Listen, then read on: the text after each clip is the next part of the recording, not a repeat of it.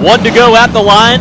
We'll get ready to turn them loose here. A couple of very talented drivers on the front of this field with Austin Beers, who happens to be the neighbor of Matt Hirschman down at Mud Lane in Northampton, Pennsylvania. They've got this racetrack figured out for sure, and he's got a lot of momentum, as we talked about earlier. 2 runner-up finishes, and he looks to be able to get 1 spot better and be the victor tonight here at Seekonk Speedway. Green flag just moments away as they roll through turn 4. Green flag displayed, and we are underway at Seekonk. Bottom of turn number 1, Austin Beers, but digging in hard in the outside lane is car number 89.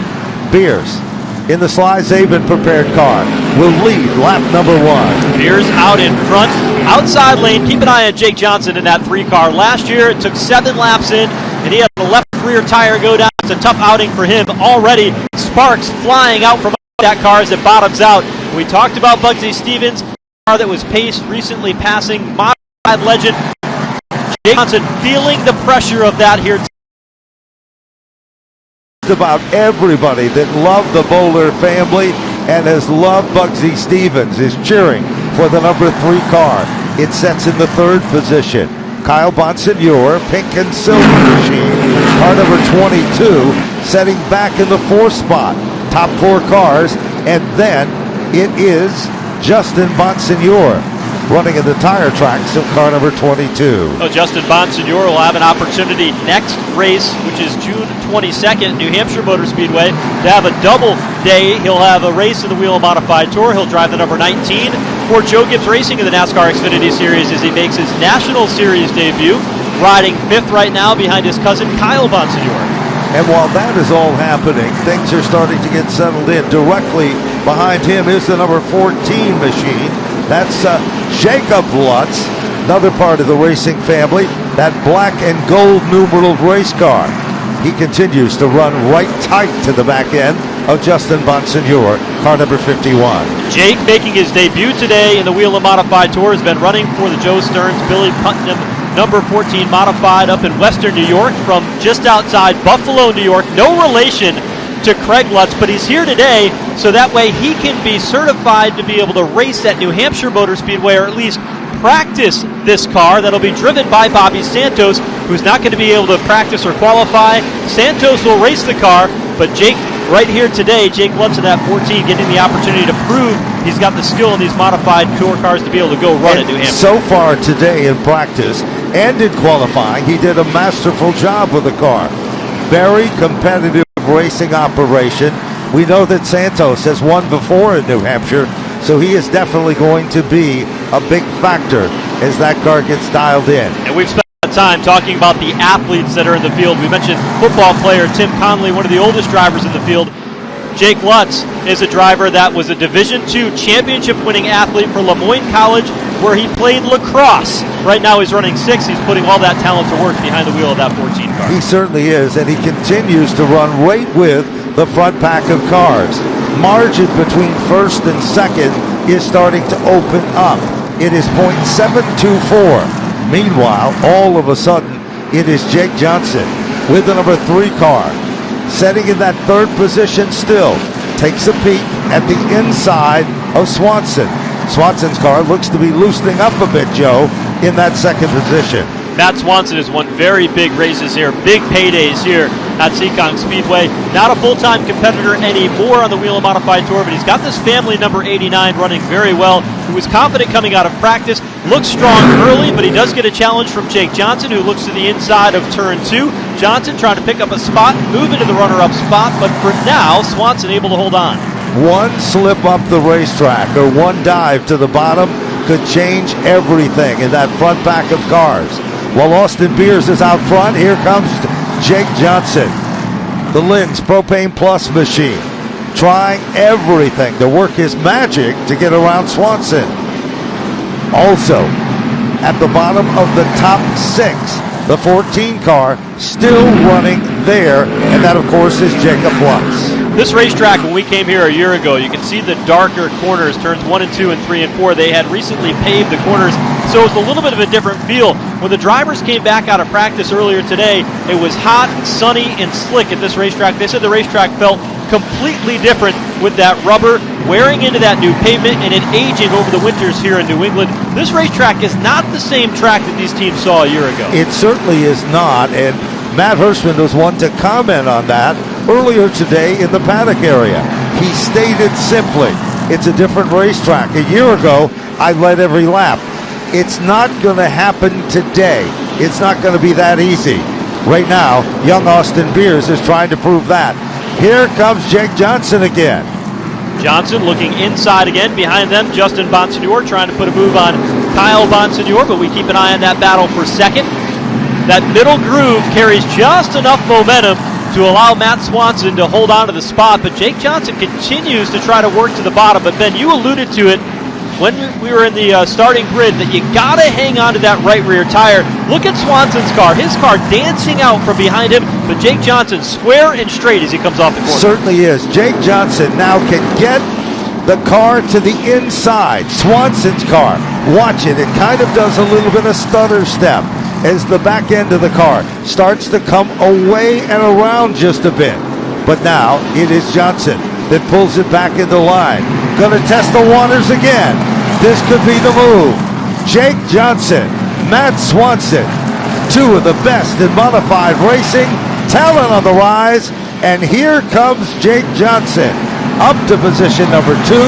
Swanson tucks it back in the line, nose to tail, they come back off 4. Jake Johnson grew up racing at this racetrack. He was a Legends winner and a champion here, won in late model competition at this racetrack. He's got a lot of history here at Seekonk Speedway. He now moves into the second spot. He's already been able to gap Matt Swanson, but he is 1.1 seconds behind the race leader, Austin Beers, who has got that 64 car on cruise control through the first 30 laps.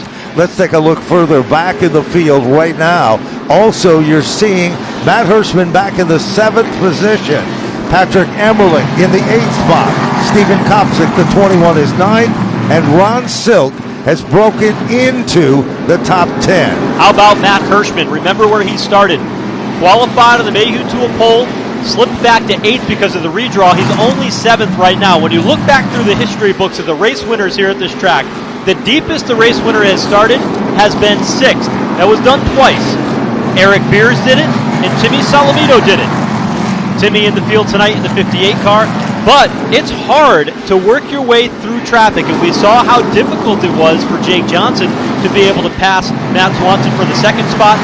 Matt Hirschman, different track or not, he is one of the most prepared drivers of all of modified racing, and I think one of the reasons why he's so good is because of that thick notebook that he has. I think you're right about that, and that notebook seems to be paying off wherever he goes. Meanwhile, the 14 car of Jacob Bunce has moved into the top 5, bumping Kyle Bonsignor, the 20 back 1.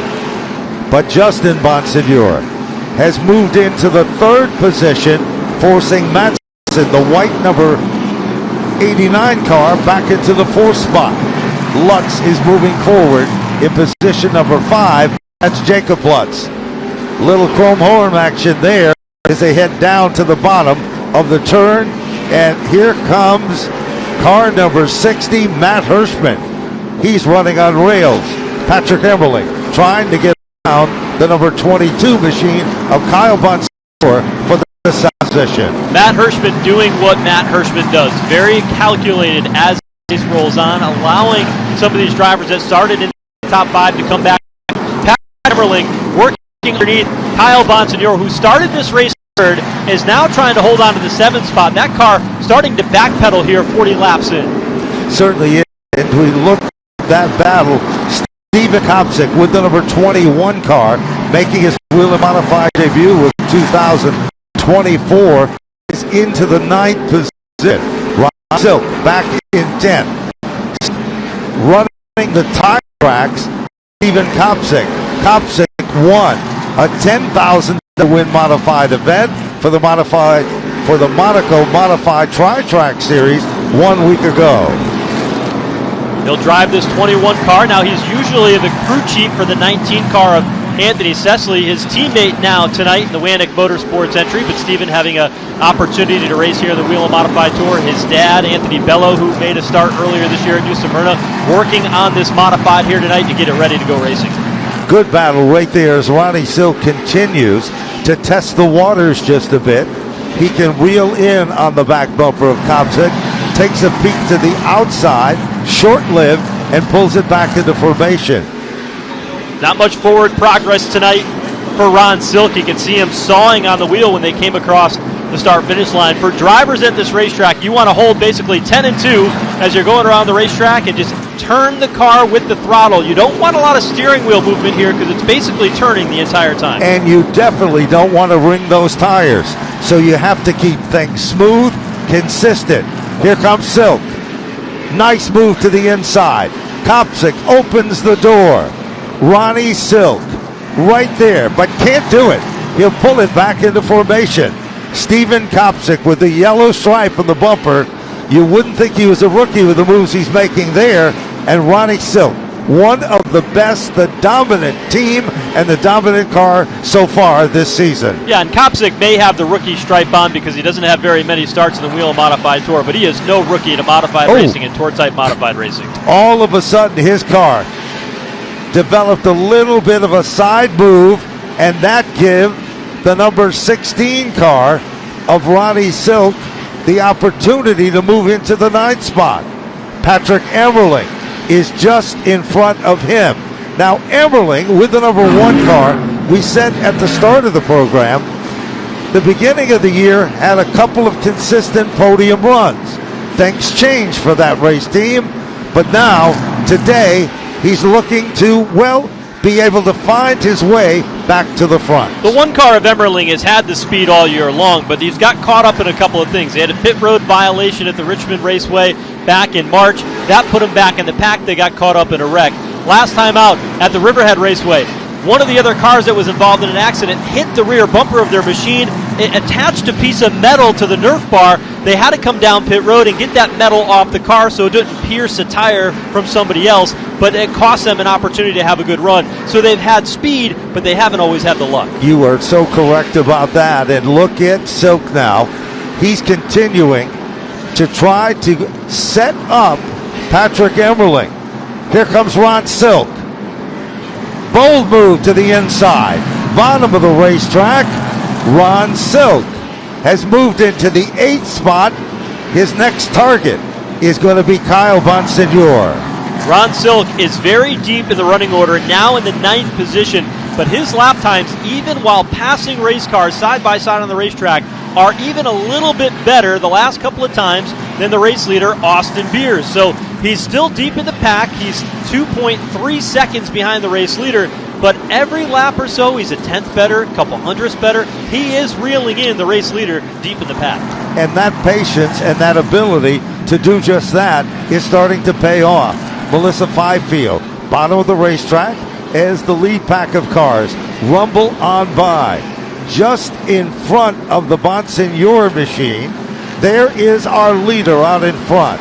Sly Zabin and Ronnie Uhouse are the 2 men performing the magic behind the scene, and that magic has been working as Austin Beers continues to be the driving force. Meanwhile, we've got some heavy traffic as car number 3, Jake Johnson, comes up on one of the Catalano cars. 1.6 seconds is the advantage right now, and Austin Beers looking in the rearview mirror. Every time Jake Johnson runs a little bit slower, Austin Beers runs a little bit slower, just trying to maintain that gap and not use up his equipment. Austin Beers has run really well on the large racetracks. You look at his first victory coming at Richmond Raceway, got the win up at Lancaster last year in the summer months. But these racetracks here is really what he grew up on, running at tracks like Mahoning Valley and others.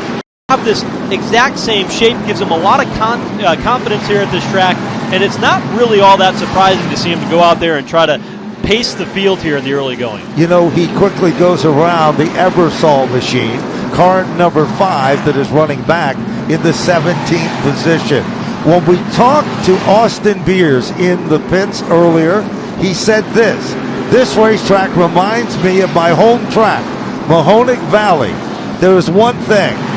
After several laps in the competition, your neck muscles start to hurt. All of a sudden, your head that was holding straight is now leaning. And that leaning and that pressure creates a whole different illusion. Well, it's a good thing that they've got those headrests that come right around the right side of the driver, because this is a racetrack that does exactly that. He did speak about that earlier today in the day. Stephen Kopsick on the bottom in the number 20 car. Patrick Emmerling up top of the outside lane. This is 9th and 10th in turn 3. Sure is. And again, heavy traffic just in front of them. Stephen Kopsick is matured, running in the 9th position. That 21 car goes to the inside of the Tom Rogers green number 00. Back in 2016, it was Timmy Solomito that was the big winner here at the Cement Palace. And right now, we've got a great battle shaping up through heavy traffic now. Ronnie Silk is now up to 7. We said traffic has become the key situation here. Ron Silk, one of the only drivers to be charging through the field. Even Matt Hirschman has paused his charge. He's only moved up to the 6th position. Ron Silk up to 7th, but about a second behind the 6th place car, Hirschman. That was the first mistake we've seen out of Silk. A little wiggle that time coming across the start finish line, but his car is very, very good at this point in the race. It certainly is good. Phil Moran said, you know, when you run this racetrack, the setup has to change because, as you pointed out earlier, Joe, there is some new pavement on the chips at the bottom of the racetrack. That's starting to work. Here comes Silk, working his magic. Lap automobile, car number 84. That is Tyler Catalano, as Silk makes the move by. Once he gets by, he's trying to close up that gap very, very impressively. There's no question. Ron Silk is coming. Beers is still your leader. Jake Johnson is second. Justin Bonsignor is third. Matt Swanson is fourth. And rounding out the top 5, great run for Jacob Lutz. Ron Silk has plenty of time to get there. The challenge is he's running in 7th. When he is in clear racetrack, Ron Silk is about a 10th to a 10th and a half a second a lap faster than Austin Beers. He certainly is, and he's continuing to show that. Here comes Kopsick, car number 21. Kyle Bonsignor, pink and gray and blue car. And Stephen Kopsick has moved up into the top 8. Very good run for Kopsick. Very solid and very consistent, Joe. And showing that long run speed that Stephen Kopsick knows how to provide in race cars. You look at his success as a crew chief, one of the biggest wins he had was that big 250 lap Musket 250 at New Hampshire Motor Speedway. He was a crew chief. Chase Dowling was the driver, but Stephen Kopsick was the mastermind behind that victory. He certainly was. He also worked closely with Chase Dowling when he was the big dog in most of the open style events. That was a few seasons ago, but right now, Kopsick continues to thread the needle and work some magic. Now, things are starting to change just a bit. Matt Hirschman is into the top 5. Hirschman directly behind the Saravello Auto Sales Machine, and that is Matt Swanson. Hirschman, a moment ago, got by Jake Lutz. He's into the top 5, and his car has gone to the afterburners. 86 laps in. We're in the second half of this race of 150 laps. The JNR Precast 150, and Matt Hirschman is now starting to time this out and figure out if he's got enough time to track down Austin Beers. He's on the attack in turn 1. There's no question. He's running the bottom of the racetrack. He runs tight to the inside. Swanson cannot keep his car down. Here comes Matt Hirschman. Hirschman has moved into the top 4. Justin Bonsignor directly in front of him. Swanson isn't giving up. He tries to make some pressure there in the outside lane, and there is Jacob Lutz right there behind Swanson. Car number 14. A great run today by Jake Lutz to be able to run in the 6th position. Debut race in the Whelen Modified Tour. 3rd race with this team this season in modified competition, and he is having a great day if he can bring it home in the top 5. He's just outside that right now as he hounds the 89 of Swanson. Here's a battle, though. Hirschman closing in on 3rd as directly ahead of him is Justin Bonsignore. They work around the lap machine of Tim Conley to the bottom, but it didn't take long for Matt Hirschman to close that gap up on the 51 car. Meanwhile, Matt Hirschman comes up on lap traffic. That's the Tim Conley machine, car number 4. Bob Garbarino in the house tonight. Yes, he is, as a lot of the veteran drivers who were here to pay tribute to the legendary Carl Bugsy Stevens and the family of that legendary driver. Back towards the front of the field, Ronnie Silk has reeled in on the back bumper of Jacob Lutz. Silk, the 16 car, setting in 7th. Jacob Lutz in the 6th spot. And now our attention shifts, the margin between the 51 of Justin Bonsignore in the 3rd position. And here comes Hirschman. Hirschman has a bottom shot car that when he aims it to the inside, it seems to stick. It's going to be very interesting if Hirschman can quickly get by Justin Bonsignore and quickly get by the 3 car for Jake Johnson. That would put him into 2nd. From there on, other than lap traffic, he'd have clear track to be able to track down Austin Beers. Here it is, the move to the inside of turn 1. Bonsignore in the middle groove. Here comes Hirschman. Can't quite make it work off 2. He dives to the inside. Matt Hirschman is up now into position number 3. Hirschman isn't done yet. He sets his sight. That blue car up ahead is the Linz Propane Plus machine, and that is Jake Johnson. While all this has been happening, Austin Beers, consistent and smooth at the front of the field.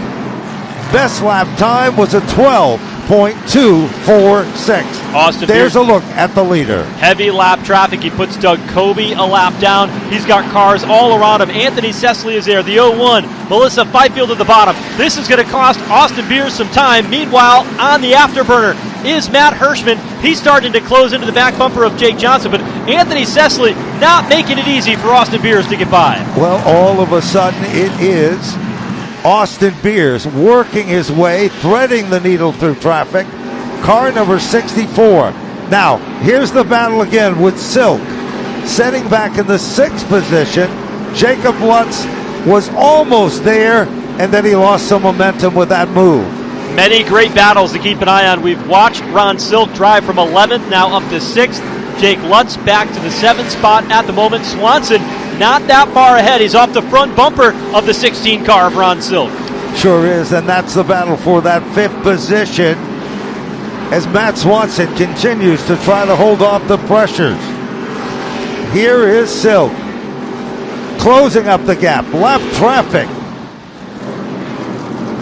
And Silk is on the same straightaway, as little as the straightaway is, as Matt Hirschman is. As Justin Bonsignore is. This battle not all that far behind from that battle 2nd spot, as Matt Hirschman continuing to hound the back bumper of the 3 car, Jake Johnson.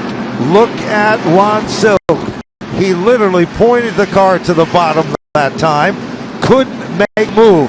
Here he's going to try it again. The back end slips around just a bit. Ron Silk almost there. Can't do it. And has to pull it back into line. You saw Silk lean on that right rear, snap the car sideways, getting into turn 1 to see if he can get it underneath the 89 of Swanson. And here comes Hirschman. Closed up the gap on Jake Johnson. Johnson just in front of him. And then there's a gap, but right now there is no gap. It's almost gone between Jake Johnson and Matt Hirschman. Matt Hirschman, if he wants a shot at winning this race with 40 laps to go, he's got to make quick work of Jake Johnson. Pulls to the inside here on the front straightaway into turn number 1. Battle is on for the 2nd spot. Austin Beers within sight, but Hirschman loses ground. He couldn't keep it stuck to the bottom. He tried everything. Had to pull it back into line. Lost about a car length and a half. That gave Jake Johnson a little bit of breathing room, currently setting in 2nd. Where is the leader? Well, car number 64 still maintaining that nice, good advantage as our leader. Austin Beers has been running 12.7 seconds laps for the last 70 laps or so, but he's had to work through lap traffic. He's got Tom Rogers directly ahead He's got 35 laps to go when they come to the line this time by, and there you see the gap, the white 64 back to the blue 3 of Jake Johnson, the black 60 of Matt Hirschman. That's second and third. And there's plenty of traffic up ahead. Here comes Matt Hirschman, the PT Motorsports car. Hirschman runs on rails to the inside, but it is Jake Johnson who's fighting fiercely in the upper lane. Jake Johnson racing in front of his hometown crowd here tonight. Wants to have a good podium finish, but this time Hirschman with a slight edge on the front straightaway. They go toe-to-toe into turn 1. Hirschman, inch by inch, nosing out in front of Jake Johnson. It is Matt Hirschman now in second. Hirschman comes up on the number 19 machine of Anthony Cecily. Lap traffic continues to be a part of this. Keep your eyes on Hirschman. Moves to the inside of Cecily, the lapped automobile. Matt Hirschman closing up the gap. The margin between first and second, and we've got a caution. One of the Catalano cars has gone around off turn 4. I believe it's Tyler Catalano that is spun in the 84 car, and that'll be the first caution of the night, 30 laps from the finish. And that was not the caution Austin Beers wanted, but it is the one that Matt Hirschman wanted. It certainly is. And the same can be said for Jake Johnson and Justin Bonsignor, along with Matt Swanson and Ronnie Silk. Bottom of the top 10 in 7th, Jacob Lutz. Stephen Kopsick, good run up to the 8th spot, car number 21. Kyle Bonsignor is 9th, and Patrick Emmerling currently being shown in the 10th position. Out in front, there is our leader, Austin Beers. One thing he was definite about, that he said, I usually don't draw well. Today, he made a great draw, and that draw has given him the advantage for 120 plus laps.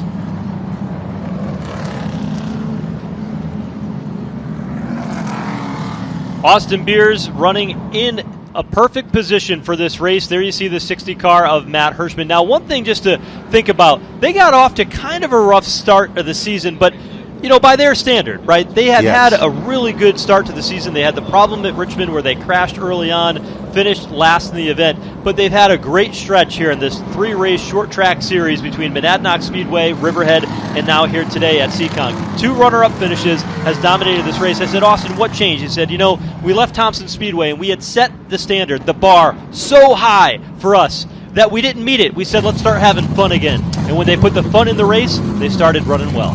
Well, there's no question now we can see the parade of cars heading back. And here at this facility, there is no pit road.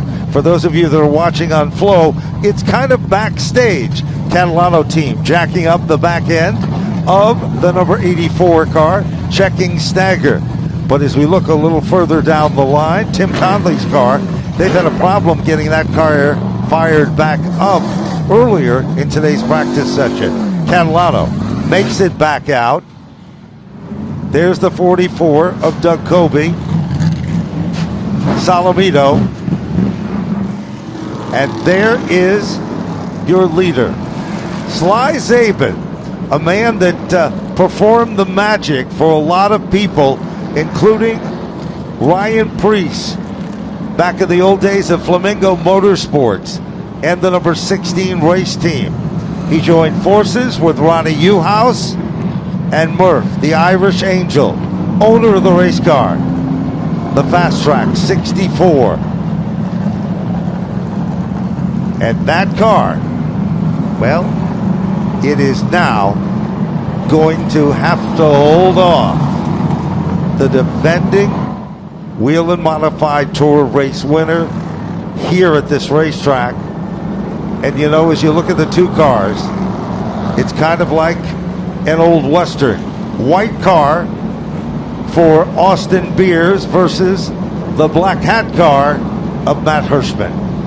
You know, Matt Hirschman, I think, summed up this racetrack best. There's 11 races that we've run here at Seekonk Speedway in the history of the Whelen Modified Tour. Only once has a driver won more than one time, and that's Doug Kobe. He's a two-time winner. So he said, you know what, it's hard to win multiple races at this racetrack because this racetrack changes every time you come back. It's a little bit different. And Matt Hirschman, one of the reasons why I think he's had a lot of success here at this racetrack is we joke about the notebook. He's standing in the driver's meeting earlier today, ironically enough, right next to Austin Beers, and he's flipping through his notes constantly. Yes, he is, looking at every minute detail.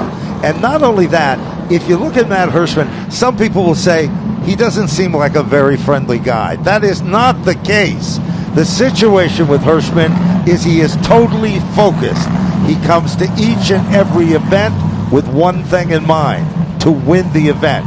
Second just isn't good enough for Matt Hirschman. He's calculated. He knows these race cars inside and out. He does the work on them himself, but he knows exactly where he needs to be on the racetrack, at what time he needs to press it. We saw as we got to lap 80, lap 90, he started making his moves. That set him up to have this position now on the outside of the front row and have a shot to win. If it wasn't what he did 50, 60 laps ago, he would never have an opportunity to challenge Austin Beers. You know, think about this for one moment as we're about ready to fire them back up.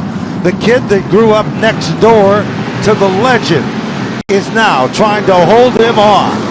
Green flag out, and by inches, it's Austin Beers. Here comes Hirschman. And watch row number 2, because there is Jake Johnson and Justin Bonsignore. You see the rubber flying off the tires as we get down to the end of this one here. Inside now, 20 laps to go in the J&R Precast 150. All race long, Matt Hirschman has worked the bottom. Now he's on the outside lane, and he has an edge in the race lead over Austin Beers. Austin Beers continues to dig hard and dig on the inside. They cling and they clang as they work their magic. Beers' car starts to loosen up. They come together. It is Matt Hirschman in command. That upsets the Beers machine. Settling back in the second, and here comes Jake Johnson. Austin Beers has looked up to the driving style, the ability of Matt Hirschman. We talked about it. Mud Lane, Northampton, Pennsylvania. They literally live on the same street.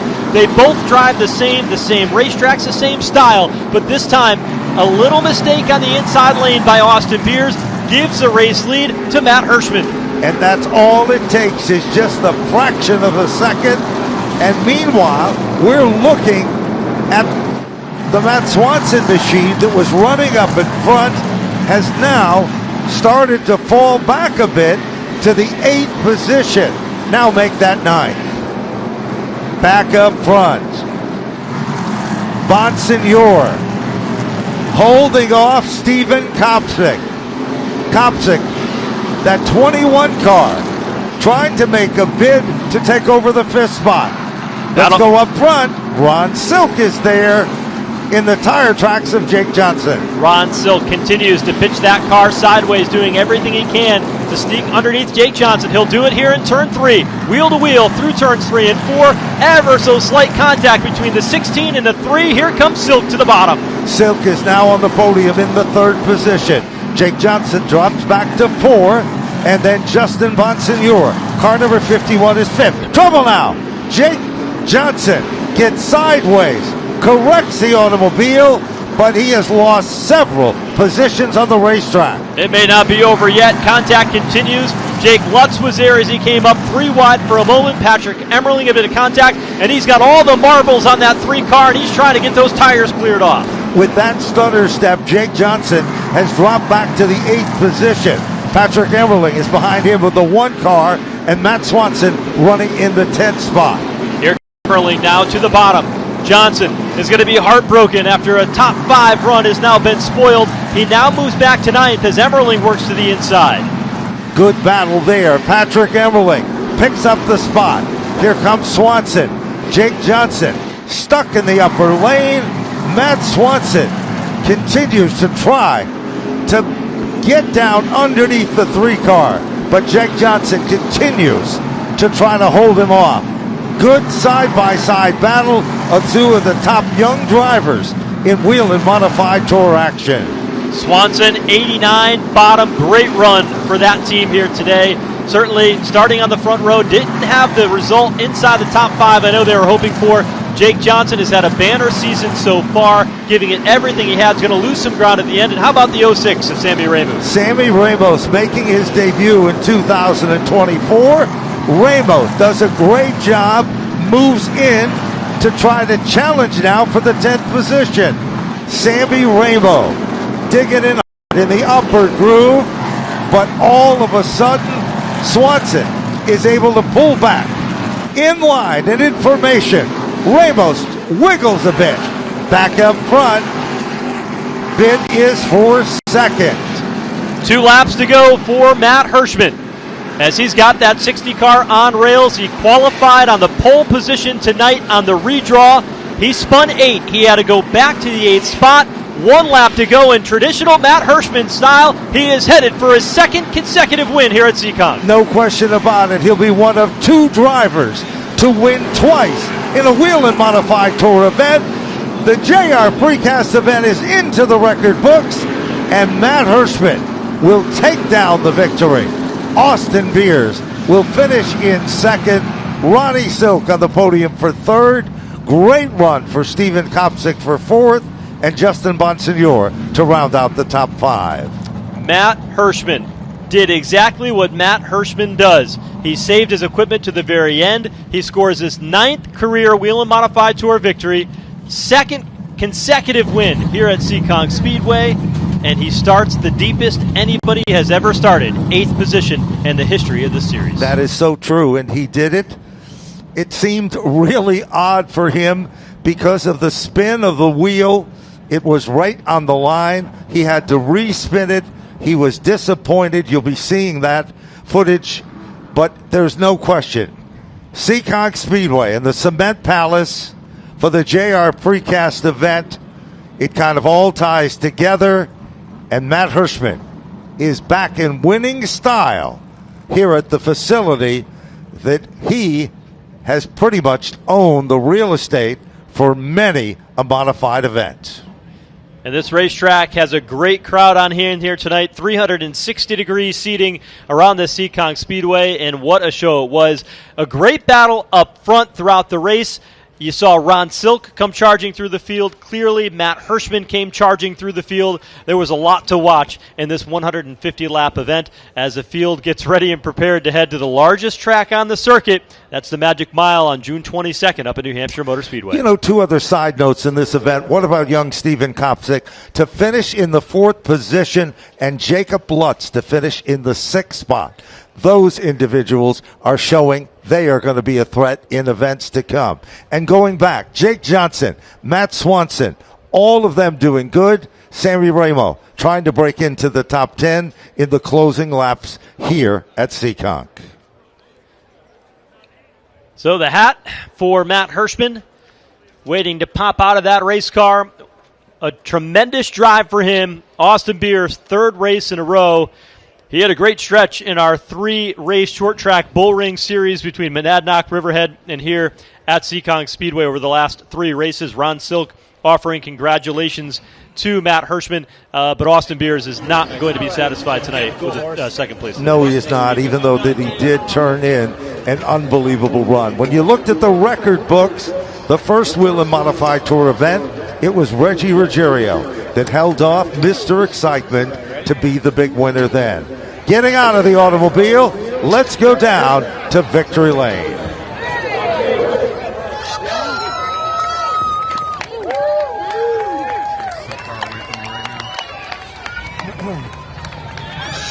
Careful, watch that Matt, congratulations. Wow, what a win. Coming all the way from 8th place. There were 30 laps to go and the caution comes out.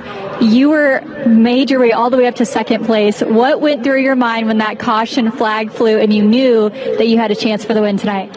Well, yeah, to erase the deficit, I kind of was seeing him ahead of me out of the corner of my eye. I was seeing him when he was in a pack of traffic, but then I was going to have to make my way through that same pack. So, yeah, really, we had to work for that one for sure. Just thankful for the whole PD Motorsports team. We haven't had really too much to show for anything since February, and it's good to come here to Seekonk and go back-to-back from last year. And it's always a challenging track. It changes throughout the race. The characteristics characteristics of my car changed throughout the race, and it came in good on the restart. I was able to go side by side there with Austin, and finally, get ahead. And it seemed like we were fine then. Just had to get the pass done, and we definitely earned this one tonight. You absolutely did. You had to put a lot of arm work into that. Etching off your first win in the Tour for 2024. Does it feel like you have a weight off your chest just a little bit now? Just to get a good win here, a big Touring Series win. We didn't have one since April with Race of Champions at my local tracks. So finally out on the road and get a big win. That's over for, at least in my opinion, for our team, and just glad that everybody kept working. We got it done tonight, and on a special night, we remember Bugsy Stevens. They did the his final lap here before the program, so it's an honor to be here tonight and witness that and get a win here. Thanks Seekonk Speedway, J&R Precast. I always enjoy coming here. I look forward to coming back later this month for the Open Wheel Wednesday. Always one of my favorite events of the year. The fans always seem to come out for that. So thankful for everybody for coming out. A beautiful night here, and enjoy the last show, last race of the night, and hopefully we'll see you back later this month.